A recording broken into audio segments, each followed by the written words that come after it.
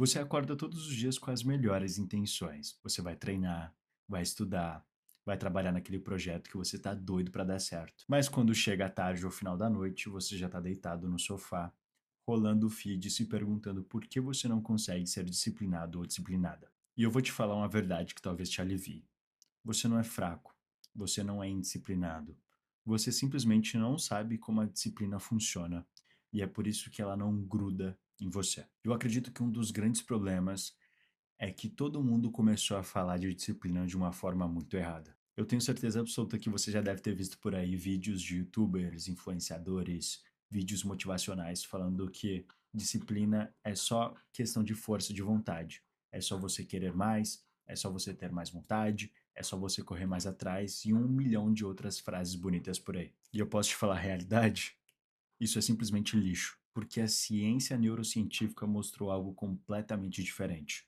Ela mostra que a disciplina não é força brutal. Basicamente, a disciplina é sobre como o seu cérebro está estruturado e como você consegue trabalhar a favor dessas estruturas e não contra elas. Quando você tenta forçar a disciplina por pura vontade, você está usando uma coisa chamada força de vontade egótica, que nada mais é do que um banco de energia limitado que existe dentro de você. Toda vez que você toma uma decisão que requer um mínimo de esforço, como por exemplo, não comer um doce ou não checar o celular, sair do sofá e treinar, você está gastando desse banco de energia. E quando essa bateria acaba, simplesmente adeus disciplina, você acaba cedendo. Um estudo da Universidade de Stanford acompanhou pessoas que tentavam mudar de hábitos apenas usando a força de vontade. E adivinha?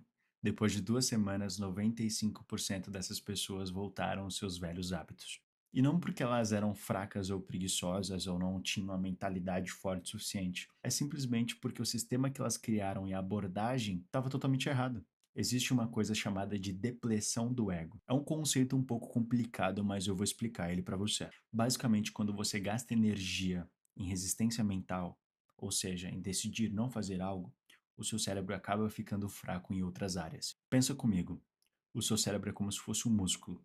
Então, se você passa o dia inteiro resistindo a coisas, fazendo força de vontade para não tomar ou tomar certas decisões, você vai chegar no final do dia simplesmente esgotado. E quando você está esgotado mentalmente e não fisicamente, o que a maioria das pessoas não sabe a diferença, não adianta, nenhum guindaste vai conseguir tirar você do sofá para ir para academia, por exemplo. E é por isso que muitos empreendedores bem-sucedidos costumam usar roupas iguais. O Steve Jobs, por exemplo, o Mark Zuckerberg. E isso não é coincidência. Quando você reduz o número de decisões pequenas que você precisa tomar, como o que vestir, o que tomar de café da manhã, você economiza energia para tomar decisões que realmente importam. E isso explica porque você consegue ser disciplinado no começo da semana ou no começo do mês, mas chega no final da semana, você está simplesmente esgotado, você está cansado mentalmente.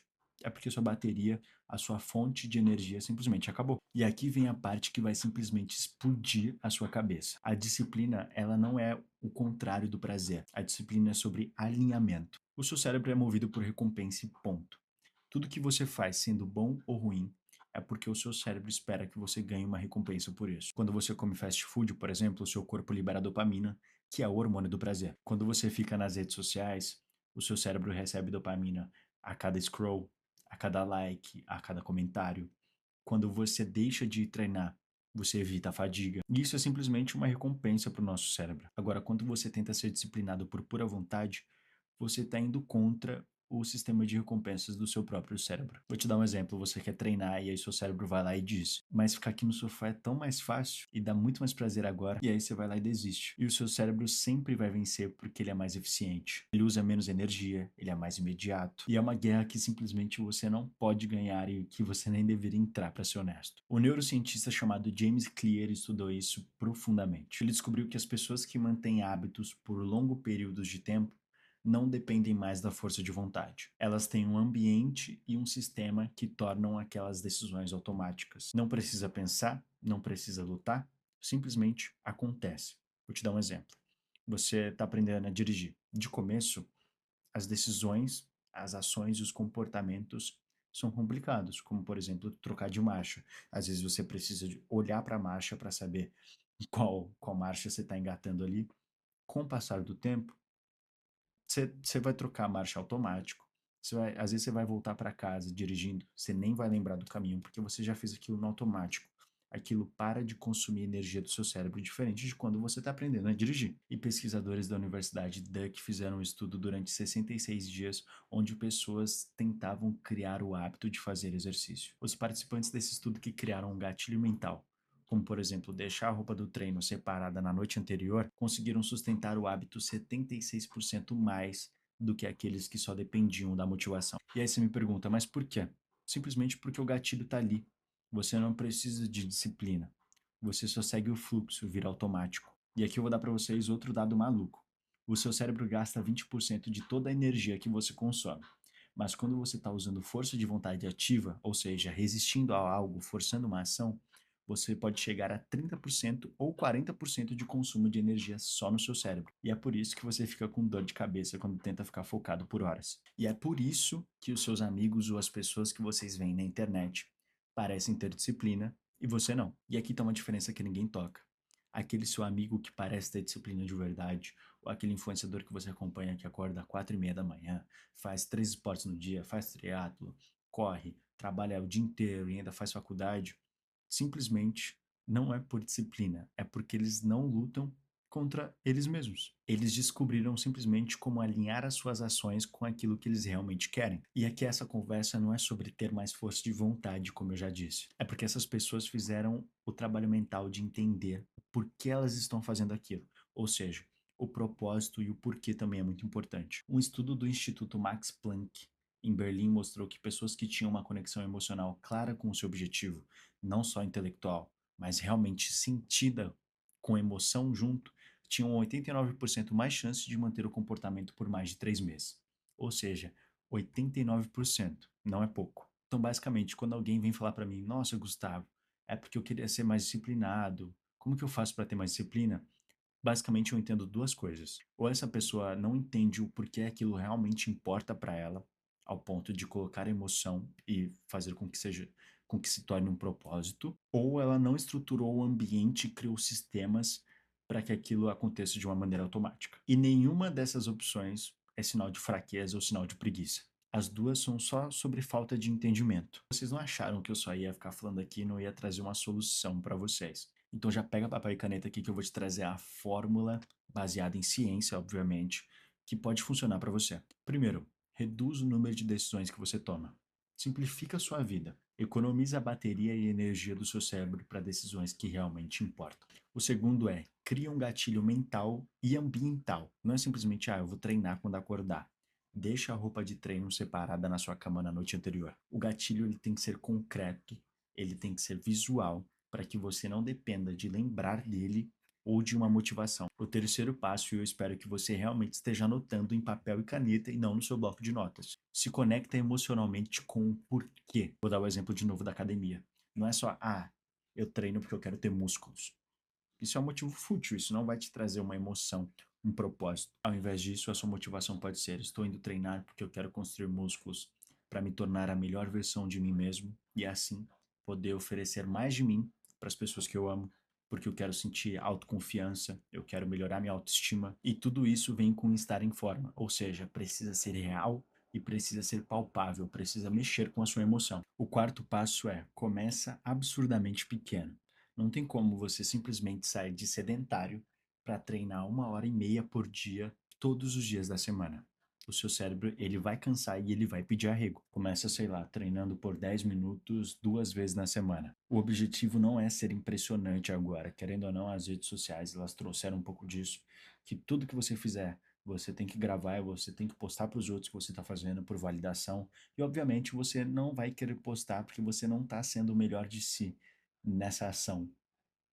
Mas a questão é, você não precisa gravar, você não precisa postar, ou você pode transformar isso num quadro para suas redes sociais de, de evolução, do seu quadro de evolução, mas isso é papo para outro vídeo. Mas a grande questão é, você não precisa ser impressionante agora. Você precisa primeiro criar a repetição que vai se tornar automático no seu dia a dia. Quinto e último passo.